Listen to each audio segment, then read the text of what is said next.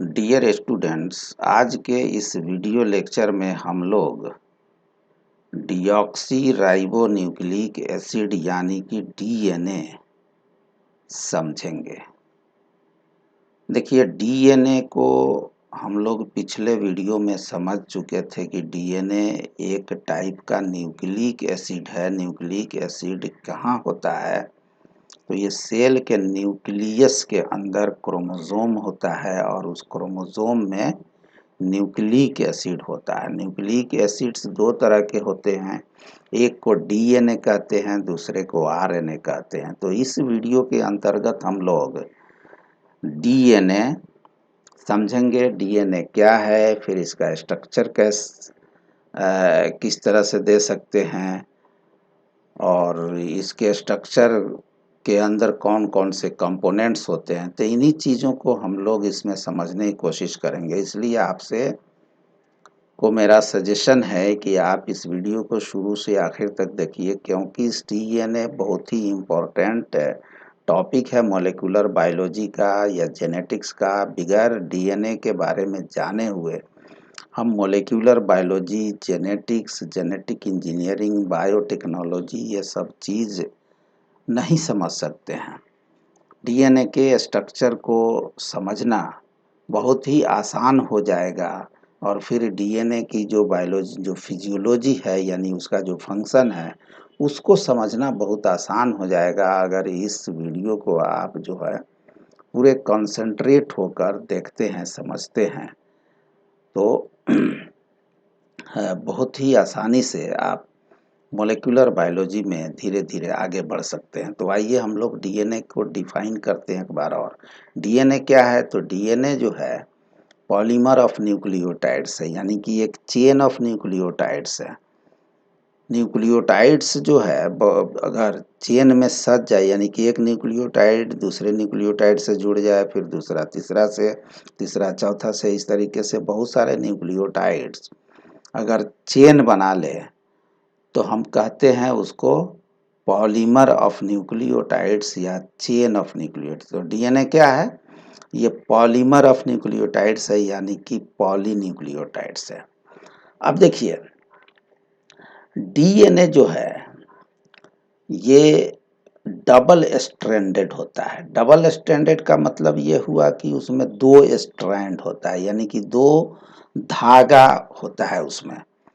एक स्ट्रैंड समझिए कि एक धागा है, दूसरा स्ट्रैंड जो है वो दूसरा धागा है। आप जैसे कि रस्सी देखा होगा आपने, रोप देखा होगा कि रोप जो है एक उसमें दो होता है यूनिट। रोप के जो स्ट्रिंग जो होते हैं वो दो होते हैं, दोनों एक दूसरे पे रैप रहता है। तो डीएनए कुछ इसी तरह की चीज होती है कि वो डबल हेलिकल स्ट्रक्चर होता है, यानी कि दो उसमें धागे नुमा संरचना रहती है जो कि एक दूसरे से वो रैप रहता है, एक दूसरे पर लिपटा हुआ रहता है। तो डीएनए का ये मतलब एक मॉर्फोलॉजी है जो आप जो है आप इस स्ट्रक्चर को इस तरीके से समझ सकते हैं। चूँकि DNA deoxy ribo nucleic acid एक तरह के केमिकल्स हैं, बायोमोलेक्यूल है। वो आँख से, खुले आँख से तो दिखेगा नहीं, इसका हम लोग केमिकल एनालिसिस करते हैं लेबोरेटरी के अंदर। बहुत सारे टेक्निक यूज करके डीएनए के स्ट्रक्चर को हम लोग समझते हैं। यहाँ पे जो फिगर में दिया हुआ है वो बिल्कुल इसको ये समझिए कि सीढ़ी जो होता है गांव देहात में या शहर में भी आप देखे होंगे कि जो ट्रेडिशनल लैडर होता है, सीढ़ी होता है, जिसको हम जिसमें दो खंबा होता है, चाहे वो खंबा लकड़ी का हो या वो स्टील का हो, लोहे का हो, और दोनों खंबे के बीच में जो है कुछ स्टेप्स होते हैं, छड़ी के तरह जो है दोनों खंबा को जोड़ा हुआ रहता है, यानी कि आप लैडर समझ गए होंगे, सीढ़ी जिसको कहते हैं। तो सीढ़ी को अगर ट्विस्ट कर दें, आप मरोड़ दें, ठीक है, तो जो संरचना बनेगी वो कुछ इस तरह से दिखेगा आपको। तो ये रिबन लाइक स्ट्रक्चर है, वो सीढ़ी का एक किनारा है क्योंकि इसमें 3 to 5 प्राइम एंड 5 to 3 माने एक खंबा जो है एक 5 प्राइम वाला है और दूसरा खंबा जो है 3 प्राइम वाला है। तो दो खंबा जो है एक दूसरे पे लिपटा हुआ है, रिबन लाइक स्ट्रक्चर जो आपको दिख रहा है इस फिगर में। तो ये डीएनए का स्ट्रक्चर है। डीएनए बना किस चीज का होता है? तो न्यूक्लियोटाइड्स के बने होते हैं। एक न्यूक्लियोटाइड्स दूसरे न्यूक्लियोटाइड से जुड़े रहते हैं, फिर तीसरा चौथा पांचवा इस तरीके से चेन ऑफ न्यूक्लियोटाइड्स पॉलीन्यूक्लियोटाइड्स को जन्म देता है, यानी कि पॉलीन्यूक्लियोटाइड्स बनता है। और पॉलीन्यूक्लियोटाइड्स को हम पॉलीमर ऑफ न्यूक्लियोटाइड्स कहते हैं। इसका जो है डिटेल चर्चा मैं पिछले वीडियो में न्यूक्लिक एसिड वाले वीडियो में मैं कर चुका हूँ। आप उस वीडियो को देखें ताकि डीएनए और आरएनए के स्ट्रक्चर और उसके कंपोनेंट से रिलेटेड जो है केमिकल कंपोनेंट्स हैं वो सारे आपके क्लियर हो जाए। तो आइए अब हम इसको किताबी भाषा में समझते हैं। जो एनसीईआरटी के बुक में जिस तरीके से लिखा हुआ है उसी को मैं यहाँ पे प्रेजेंट कर रहा हूँ कि DNA is a long chain of deoxy ribonucleotide. This is a polymer of nucleotides. और न्यूक्लियोटाइड्स क्या होता है कि एक दूसरे से लिंक्ड होते हैं फॉस्फोडाइस्टर बॉन्ड के द्वारा। दो हेलिक्स जो है वो एंटी पैरेलल होता है, एक जो है 3 to 5 प्राइम है तो दूसरा जो है 5 to 3 प्राइम है। ठीक है, तो इतनी बात हम ध्यान में रखें। चलिए अब जो है ये डीएनए का जो केमिकल नेचर होता है वो एसिडिक होता है। आपने एसिड, बेस और सॉल्ट ये सब चीज़ जो है तीसरे चौथे क्लास से पढ़ते आ रहे होंगे। तो डीएनए एक तरह का केमिकल्स है जो कि एसिडिक नेचर का होता है। आप जानते हैं डीएनए न्यूक्लियस में पाया जाता है। न्यूक्लियस के अंदर क्रोमोसोम होता है, उस क्रोमोसोम में डीएनए होता है। मैं एक चीज़ यहाँ पे क्लियर कर दूं कि डीएनए न्यूक्लियस के अलावे माइटोकॉन्ड्रिया और क्लोरोप्लास्ट में भी पाया जाता है। तो इस माइटोकॉन्ड्रियल एंड क्लोरोप्लास्ट में पाए जाने वाले डीएनए को हम कहते हैं एक्स्ट्रा न्यूक्लियर डीएनए। ठीक है, लेकिन जनरली डीएनए की जो मोर देन 90% अमाउंट है, समझिए कि 99% जो डीएनए का अमाउंट है वो न्यूक्लियस में पाया जाता है। न्यूक्लियस सेल के अंदर होता है। सेल के अंदर जो सेंटर के अंदर एक जो है सेल ऑर्गेनेल होते हैं जिसको न्यूक्लियस कहते हैं। उस न्यूक्लियस में क्रोमोसोम होता है। उस क्रोमोसोम में क्या होता है कि डीएनए होता है। तो सबसे पहले एक साइंटिस्ट जिसका नाम है फ्रेडरिक मिशर। तो फ्रेडरिक मिशर ने 1869 ईस्वी में 1869 में इस एसिडिक केमिकल्स को आइडेंटिफाई किया जो कि डीएनए के रूप में बाद में जाना गया इसको। फ्रेडरिक मिशर ने एसिडिक कंपाउंड कुछ पाया न्यूक्लियस के अंदर। तो चूंकि वो न्यूक्लियस के अंदर पाया गया एसिडिक कंपाउंड, इसलिए उन्होंने उसका नाम रख दिया nuclein. Friedrich Miescher identified DNA as acidic substance in nucleus and named it nuclein. क्योंकि न्यूक्लियस में उन्होंने इसको आइडेंटिफाई किया था। वो पश सेल पे कुछ रिसर्च कर रहे थे। पश कहते हैं जैसे घाव हो जाता है ना, तो गांव देहात में हम लोग कहते हैं कि घाव से पीप निकलता है, उसको हम इंग्लिश में पश कहते हैं। ये पीप जो निकलता है उसमें से मुआद निकलता है घाव में से। तो उसी मुआद के ऊपर फ्रेडरिक मिशर कुछ एक्सपेरिमेंट कर रहे थे। उसमें के जो इस मुआद वाले जो सेल्स थे उस सेल्स के अंदर न्यूक्लियस में उन्होंने एक एसिडिक सब्सटेंस आइडेंटिफाई किया जिस एसिडिक सब्सटेंस का बाद में डीएनए के रूप में उसको आइडेंटिफाई किया गया, उन्होंने उस सब्सटेंस का नाम रखा न्यूक्लियीन। ये कब की बात है? 1869 की बात है। लेकिन टेक्निकल लिमिटेशन के वजह से इतने टेक्निक्स जो है उस ज़माने में अवेलेबल नहीं था कि मॉलिक्यूलर एनालिसिस किया जाए। डीएनए के आइसोलेशन का प्रोटोकॉल इतना डेवलप नहीं हुआ था जितना आज के डेट में डेवलप है कि हम तुरंत जो है सेल से डीएनए निकाल लेते हैं और उसका हम जो है मॉलिक्यूलर एनालिसिस कर लेते हैं, उसका स्ट्रक्चरल एनालिसिस कर लेते हैं, सब कुछ देख लेते हैं बहुत कम समय में। क्योंकि टेक्निकल एडवांसमेंट आज के डेट में हो चुका है ज़्यादा से ज़्यादा, जिसके वजह से डीएनए टेक्नोलॉजी में रिवॉल्यूशन पैदा हो गया है और आज के डेट में हम डीएनए इंजीनियरिंग करते हैं, जिसको हम जेनेटिक इंजीनियरिंग के नाम से जानते हैं। हम बहुत रिकमेंडेंट डीएनए टेक्नोलॉजी आज के डेट में डेवलप है। एक स्पेसीज के जीन को, डीएनए को निकाल कर हम दूसरे स्पेसीज में इंसर्ट कर देते हैं और जेनेटिकली इंजीनियर्ड हम नए ऑर्गेनिज्म जो है बना लेते हैं। तो आज ये सब इसलिए संभव है कि टेक्निकल एडवांसमेंट बायोलॉजिकल साइंस में काफ़ी हो चुका है और भी बहुत कुछ होना बाकी है। तो उस ज़माने में डीएनए आइसोलेशन के प्रोटोकॉल बहुत डेवलप नहीं हुए थे, जिसके वजह से टेक्निकल लिमिटेशन के वजह से फ्रेडरिक मिशर ने उसको ज़्यादा उस पर स्टडी नहीं कर पाए।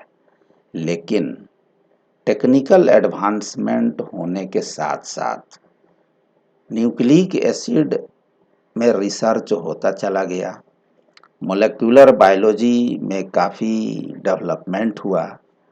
अंतोगत्वा लास्ट में वाटसन एंड क्रिक ने 1953 ईस्वी में डीएनए का डबल हेलिकल स्ट्रक्चर इन्होंने प्रपोज किया। इसकी एक लंबी चौड़ी कहानी है, लेकिन हमें उन सब डिटेल में हमें नहीं जाना है, क्योंकि यहाँ पे इस लेक्चर का कुछ लिमिटेशन है जो कि 10+2 के लेवल का है। आप CUET का अगर प्रिपरेशन कर रहे हैं, नीट का प्रिपरेशन कर रहे हैं, तो यहाँ पे जितनी जानकारी मेरे ज़रिए दी जा रही है वो मोर देन सफिशिएंट है। आप NCERT की बुक को, 12 क्लास की NCERT की बुक को अपने सामने रखें, मेरे इस वीडियो को आप देखें और बुक को पढ़ें। इसका जो PDF फाइल है मैं इस वीडियो के डिस्क्रिप्शन में डाल देता हूँ, आप वहाँ से इसकी PDF फाइल डाउनलोड कर सकते हैं और इसे भी पढ़ सकते हैं, प्लस NCERT की बुक ज़रूर पढ़ें। आइए अब इस टॉपिक पे आते हैं, double helical model of DNA.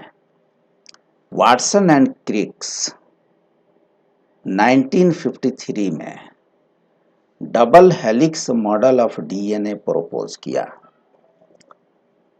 तो उन्होंने कैसे वो जो डीएनए था वो उसको हम BDNA कहते हैं। आज भी जो वाटसन एंड क्रिक्स वाला मॉडल जो है वो BDNA कहलाता है। तो Watson and Crick proposed double helical structure of DNA in 1953।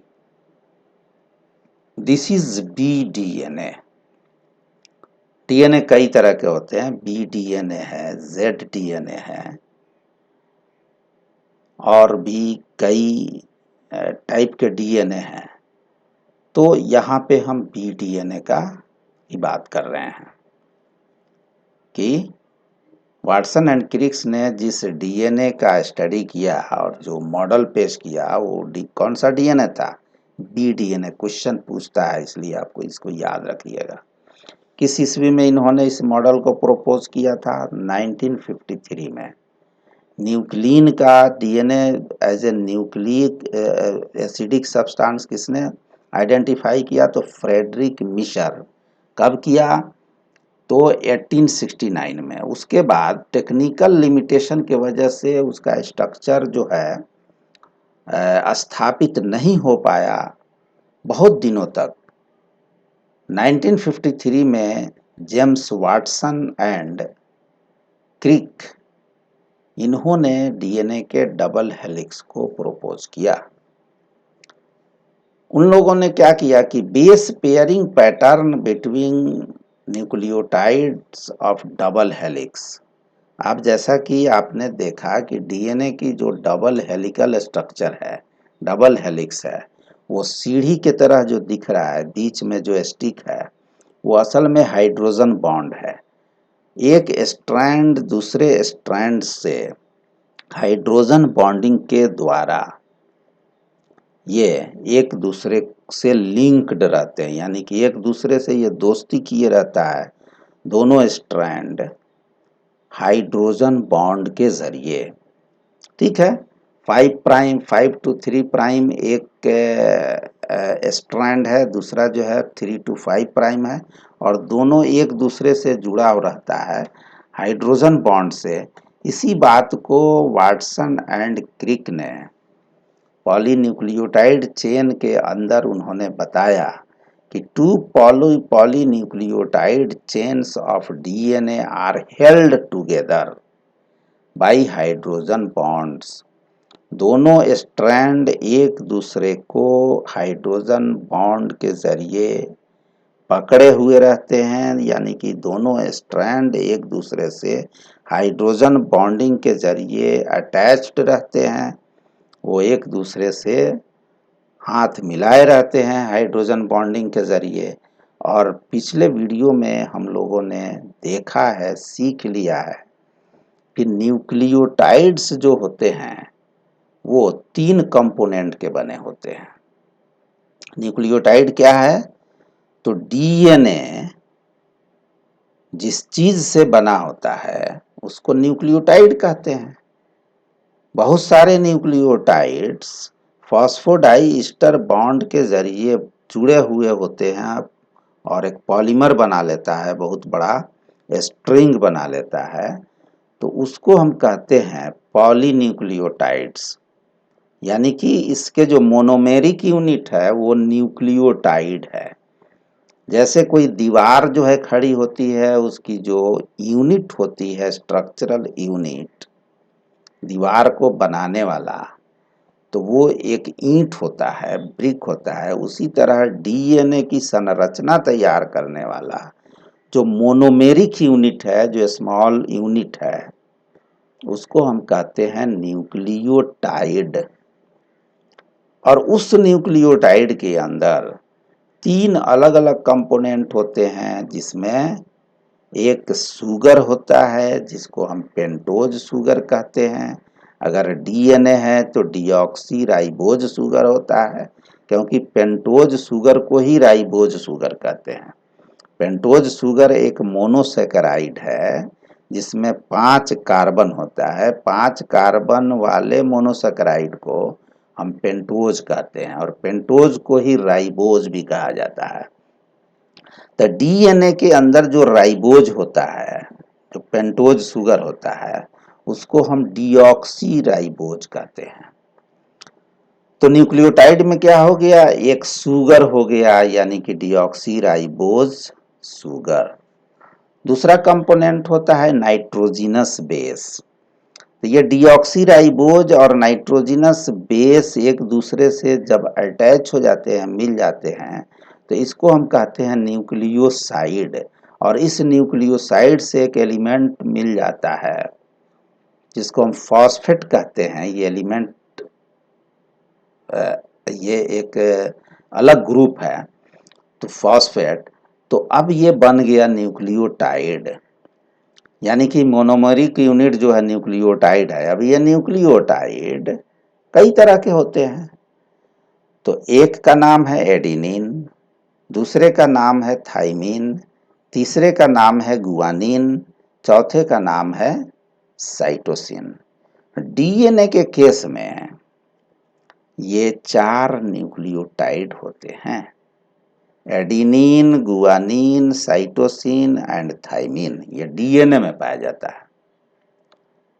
Adenine हमेशा थाइमिन के साथ 2 हाइड्रोजन बॉन्ड बना के रहता है, अपनी जिंदगी बिताता है, अपना गुजर बसर करता है एडिनिन थाइमिन के साथ दोस्ती करके। एडिनिन जब थाइमिन के साथ दोस्ती करता है तो दोनों एक दूसरे को 2 हाइड्रोजन बॉन्ड के जरिए एक दूसरे से लिपटे हुए रहते हैं, यानी एक दूसरे को पकड़े रहते हैं। मतलब ये हुआ कि एडिनिन और थाइमिन के बीच 2 हाइड्रोजन बॉन्ड होता है। एडिनिन 2 हाइड्रोजन बॉन्ड से थाइमिन के साथ जुड़ा हुआ रहता है। क्वेश्चन पूछा जाएगा, ये आप याद रखिएगा कि एडिनिन और थाइमिन के बीच में 2 डबल बॉन्ड होता है, 2 हाइड्रोजन बॉन्ड होता है, या 3 हाइड्रोजन बॉन्ड होता है, या 1 होता है, या 4 होता है, या 5 होता है। तो हमेशा याद कीजिएगा कि एडिनिन और थाइमिन के बीच में 2 हाइड्रोजन बॉन्ड होता है, 2 से ज़्यादा नहीं होता है। चलिए, अब ये साइटोसिन और गुआनिन ये 3 हाइड्रोजन बॉन्ड से लिंक होकर एक दूसरे के साथ मिले रहते हैं। इनकी जो दोस्ती होती है, इनके अंदर जो गठबंधन होता है, वो 3 हाइड्रोजन बॉन्ड के हेल्प से ये दोनों एक दूसरे के साथ रहते हैं। यानी कि cytosine links with guanine by 3 hydrogen bonds. ये भी बात आप याद रखिएगा, नहीं तो यही सब क्वेश्चन इसमें पूछा जाएगा और याद नहीं रहेगा तो कंफ्यूज होइएगा और क्वेश्चन गलत कर दीजिएगा। नेगेटिव मार्किंग वाला एग्ज़ाम अगर होगा तो फिर आप बहुत नुकसान में पड़ जाएंगे। चलिए, और number of nucleotides present in polymer of deoxyribonucleotides is defined as length of DNA molecule. अब देखिए, डीएनए मॉलिक्यूल कितना लंबा चौड़ा होता है, कितना बड़ा होता है, उसकी मॉलिक्यूल कितनी बड़ी होती है, कितना छोटा होगा, बड़ा होगा, यानी कि उसकी लेंथ कितनी होगी।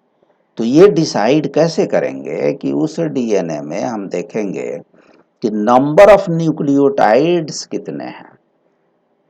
नंबर ऑफ न्यूक्लियोटाइड्स यानी कि बेसेज कितने हैं, कितने एडिनिन है, कितने गुआनिन है, कितने साइटोसिन है, कितने थाइमिन है। तो उसको हम गिन के बता सकते हैं कि डीएनए कितना लंबा है।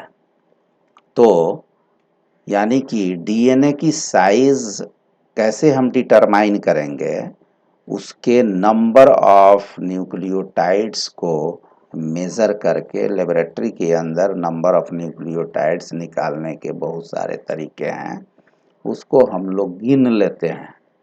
दिखता तो नहीं है लेकिन मशीन के ज़रिए गिन लेते हैं। चलिए, तो ये एक बात आई कि डीएनए लंबा, कितना लंबा है, कितना बड़ा है।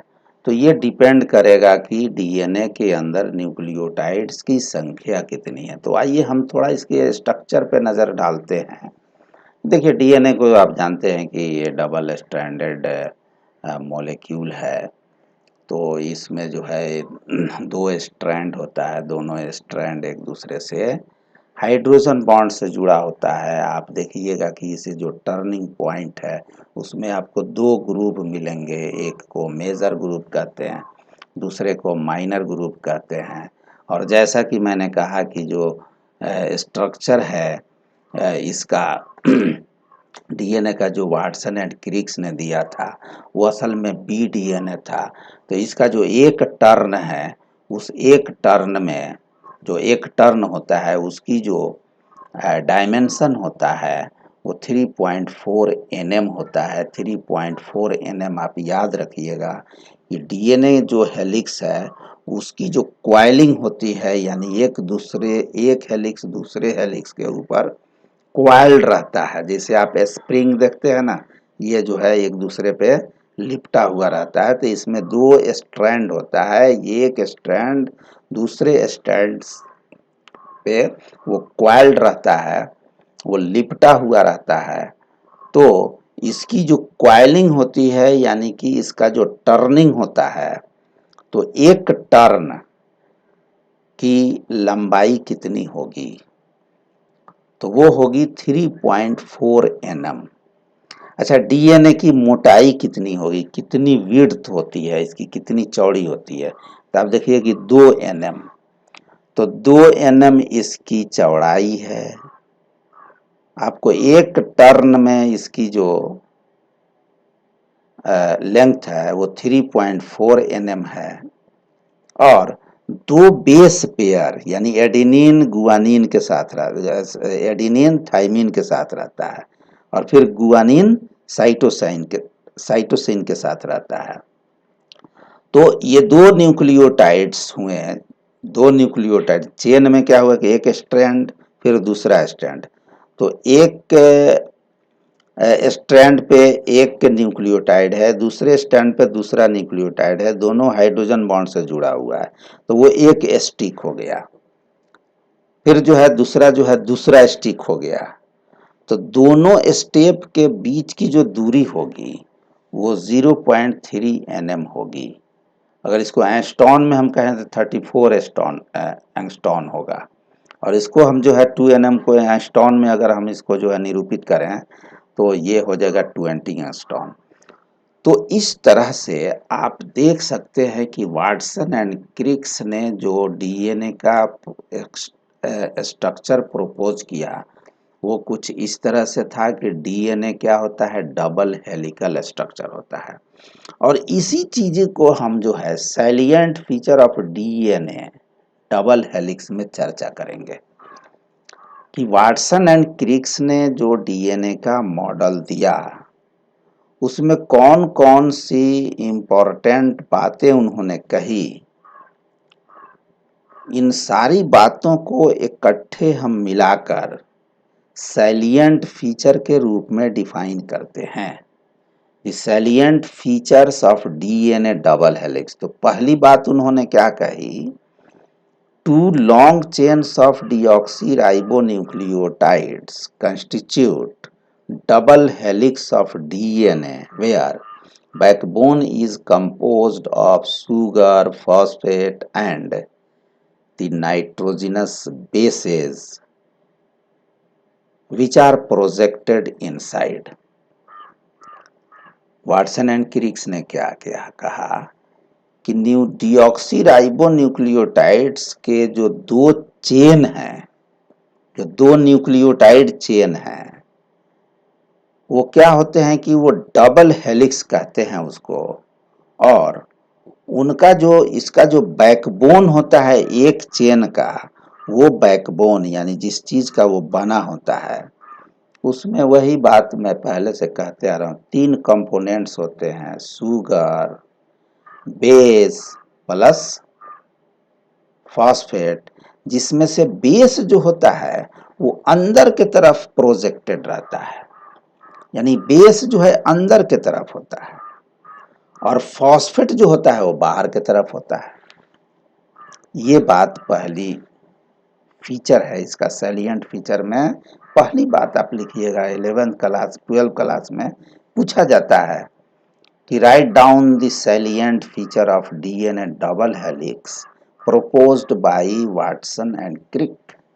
वाटसन एंड क्रिक द्वारा दिए गए डीएनए डबल हेलिक्स का जो मॉडल है उसके सैलिएंट फीचर को लिखिए। तो पहला पॉइंट ये है। दूसरा पॉइंट ये है कि the two chain of polynucleotides have anti-parallel polarity, which means one chain has the polarity of 5:3 and the other chain has 3:5 polarity। देखिए, मैंने पिछले वीडियो में न्यूक्लिक एसिड के वीडियो में मैंने बताया था कि किस तरीके से 5:3 प्राइम न्यूक्लियोटाइड का फॉस्फोडाइस्टर बॉन्ड, दो अगर न्यूक्लियोटाइड है तो 5 पोजीशन पे जो फॉस्फेट ग्रुप है और 3 पोजीशन पे जो OH ग्रुप है, OH ग्रुप 3 पोजीशन पे फ्री OH ग्रुप पाया जाता है। ये कहाँ पे होता है? राइबोज शुगर में 3 पोजीशन पे OH ग्रुप होता है और राइबोज शुगर में ही 5 पोजीशन पे फॉस्फेट होता है।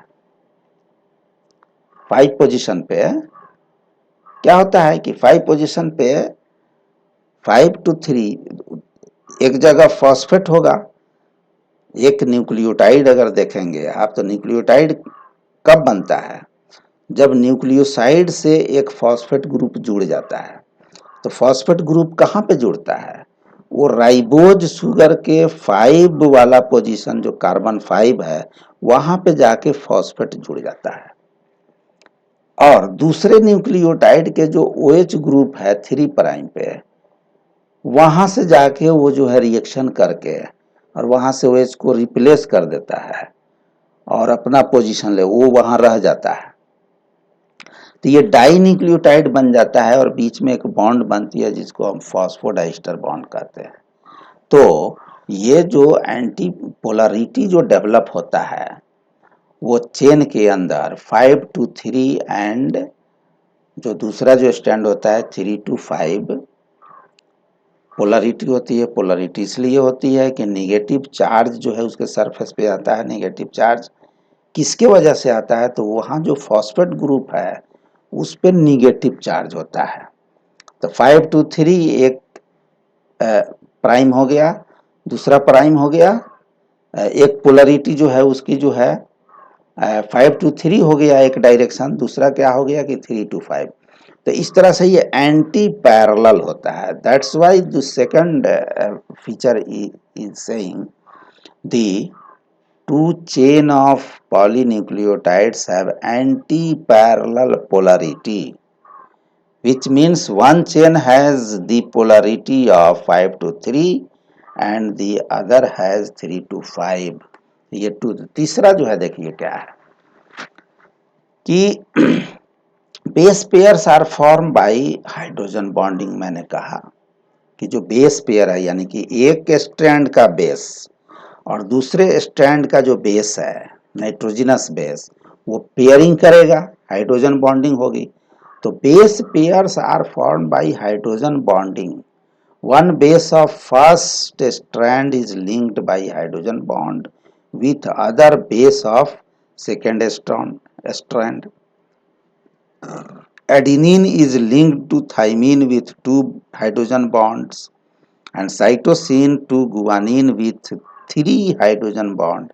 As a result of hydrogen bonding, a purine comes opposite to a pyrimidine which generate an approximately uniform distance between the two strands of DNA double helix। ठीक है, ये बिल्कुल जो है बड़ा कोऑर्डिनेटेड मैनर में रहता है। कहीं पे कोई कोऑर्डिनेशन इसका जो है चेंज नहीं होगा। कहीं पे ऐसा नहीं है कि साइटोसिन को गुआनिन के साथ पेयरिंग होनी चाहिए और वो थाइमिन के साथ पेयरिंग हो जाएगा। ऐसा एरर नहीं होता है इसमें। अगर एरर हो गया किसी वजह से तो उसको हम कहते हैं mutation. If any alteration during pairing of base of two double helix of DNA molecule, there will be production of altered DNA and that altered DNA produce problem। वो डिजीज कॉज कर सकता है। वो म्यूटेशन उसमें जैसे ही होगा तो mutation के वजह से कैंसर हो सकता है या वो सेल खुद एपोप्टोसिस में चला जाएगा, मर जाएगा। अगर नहीं मरा तो वो अगर अल्टर्ड डीएनए का रेप्लिकेशन होता चला गया यानी म्यूटेटेड डीएनए का रेप्लिकेशन होता चला गया तो accumulated Altered molecule of DNA can cause pathological condition disease cause कर सकता है। तो इसलिए नेचर ने इतना टाइट रेगुलेशन इसका रखा है कि हमेशा एडेनिन थाइमीन के साथ बॉन्डिंग होगी, और थाइमीन जो है साइटोसिन का बॉन्डिंग जो होगा वो हमेशा गुआनिन के साथ होगा। तो ये बेस पेयर एक रूल के मुताबिक होता है। चलिए आगे बढ़ते हैं।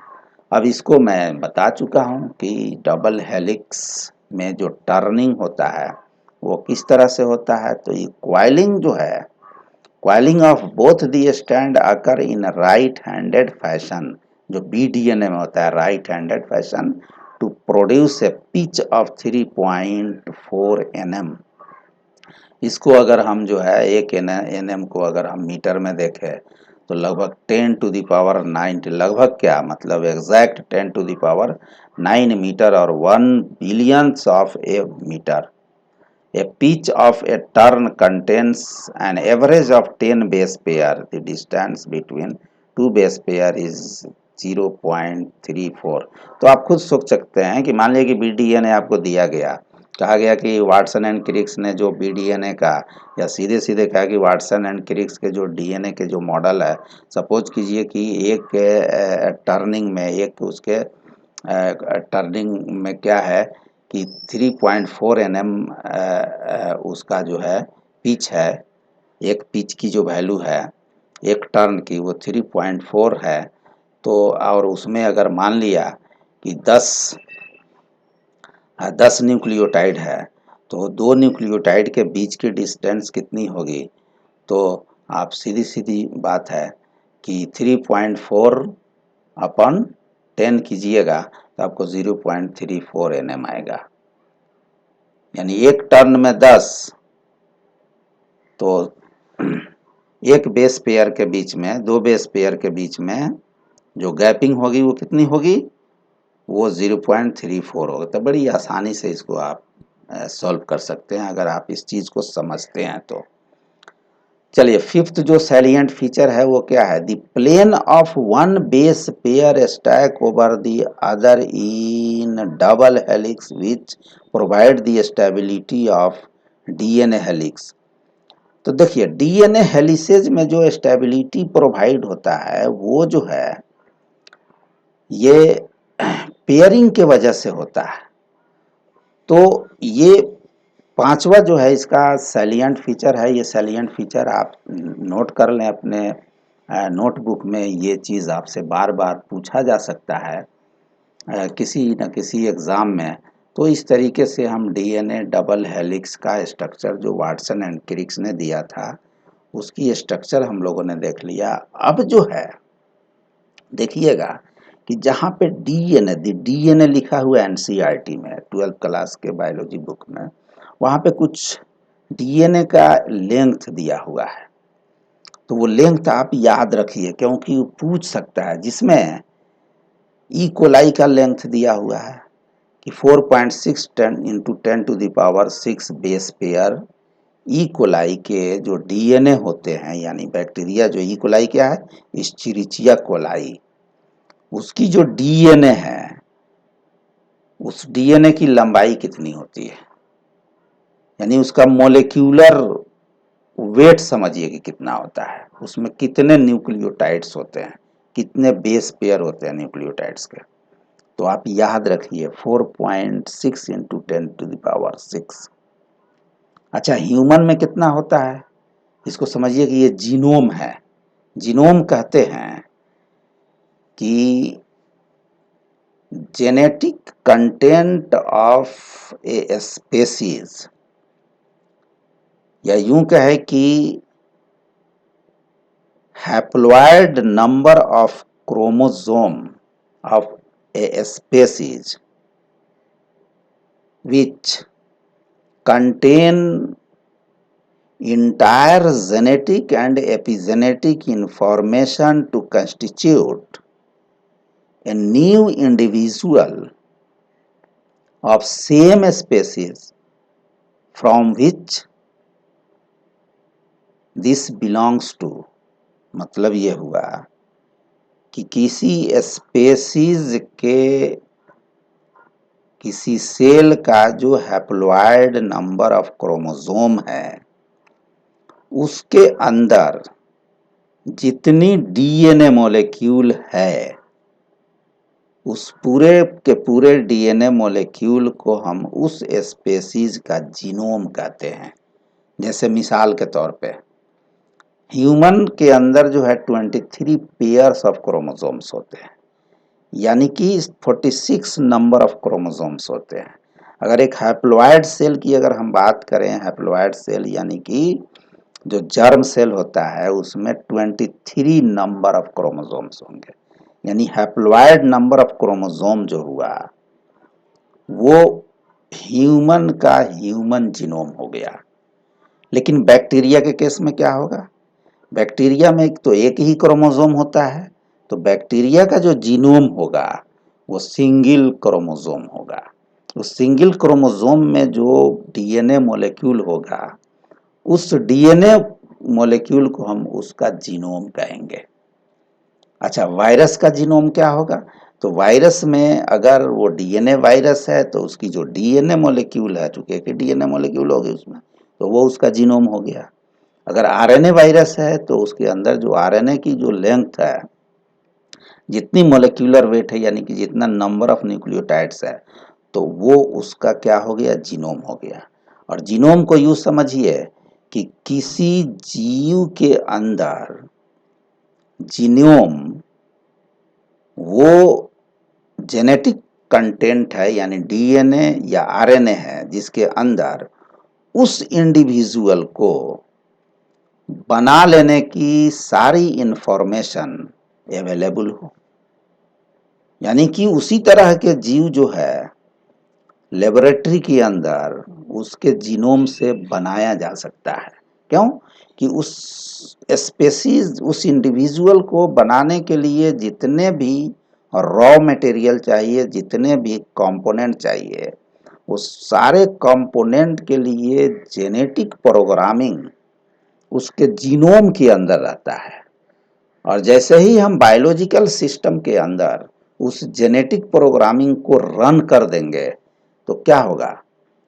वो नया इंडिविजुअल के बनने का प्रोसेस शुरू हो जाएगा और अंततः वह बन जाएगा। जैसे मिसाल के तौर पे अगर हम एक ह्यूमन जीनोम की बात करें तो देखिए, जो फर्टिलाइज्ड एग होते हैं तो उसमें जीनोम जो है वो एक तरफ मैटरनल साइड से आ गया, फिर पैटर्नल साइड से आ गया।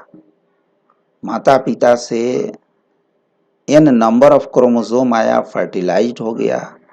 अब वो जीनोम जो है एक दूसरे से मिल गए, ठीक है। सारे के सारे उसके जो जेनेटिक कंपोनेंट है उस जाइगोट के अंदर अवेलेबल हो गया।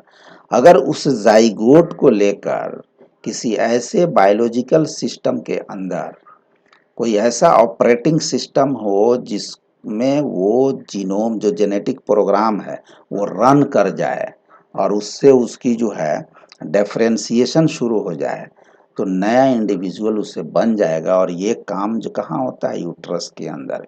यूट्रस के अंदर वो जो है सारे इन्वायरमेंटल कंडीशन वहाँ अवेलेबल होता है कि वो जो जाइगोट के अंदर जेनेटिक प्रोग्रामिंग वो जाइगोट लेके जो आया माता पिता से, वो जेनेटिक प्रोग्रामिंग बायोलॉजिकल सॉफ्टवेयर के अंदर, बायोलॉजिकल सिस्टम के अंदर वो रन कर जाएगा और फिर उससे जो है नए इंडिविजुअल के बनने का प्रोसेस शुरू हो जाएगा। जैसे वायरस है तो देखिए, वायरस कोविड-19 की अगर हम बात करें या एचआईवी की बात करें तो दोनों में क्या होता है? आरएनए उसकी जीनोम होती है।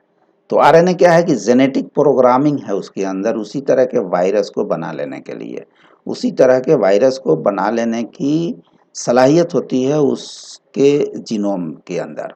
तो एक्चुअली बॉडी के अंदर, सेल के अंदर वायरस नहीं जाता है, वायरस का जीनोम इंजेक्ट कर दिया जाता है वो सेल के अंदर। और सेल क्या है कि एक बायोलॉजिकल ऑपरेटिंग सिस्टम का काम करता है और उस बायोलॉजिकल ऑपरेटिंग सिस्टम के अंदर जेनेटिक प्रोग्रामिंग रन कर जाता है और उस जेनेटिक प्रोग्रामिंग के रन करने की वजह से हजारों लाखों उसमें अलग अलग वायरस पैदा हो जाएंगे।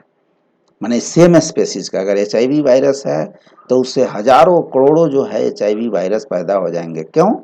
कि उसकी जेनेटिक प्रोग्रामिंग वो सेल के अंदर चला गया था। अगर हम टी सेल की बात करें तो टी सेल वो इन्वायरमेंट प्रोड्यूस कर देता है। T helper cell, CD4 positive cell के अंदर HIV वायरस चला जाता है और वहाँ पे जो HIV वायरस के अंदर जो जेनेटिक प्रोग्रामिंग होती है, उसकी जो जीनोम होती है, वो T4 पॉजिटिव सेल यानी CD4 पॉजिटिव सेल यानी कि टी हेल्पर सेल के अंदर वो घुस जाता है और अपने जेनेटिक प्रोग्रामिंग को वहाँ रन कर लेता है, वो सेलुलर ऑपरेटिंग सिस्टम को यूज करके।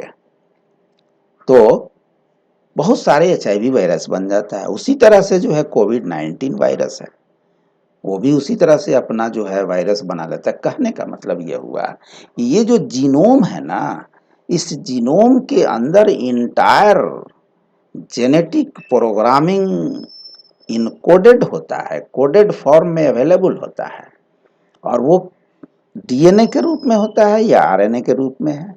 ज़्यादातर ऑर्गेनिज्म जो है उसमें जेनेटिक मटेरियल DNA होता है, जैसे ह्यूमन है, ड्रोसोफिला है, ईस्ट है, इकोलाई है, फेज लेमडा है। आपको जो है ये 5174 है HIV, ये RNA as a genetic material पाया जाता है। कोविड में भी RNA as a genetic material पे इसका जीनोम क्या होता है, RNA होता है कोविड में और HIV में।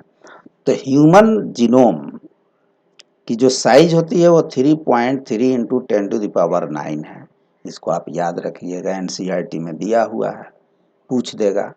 ड्रोसोफिला में कितना होता है, 1.395 इंटू 10⁸ बेस पेयर होते हैं।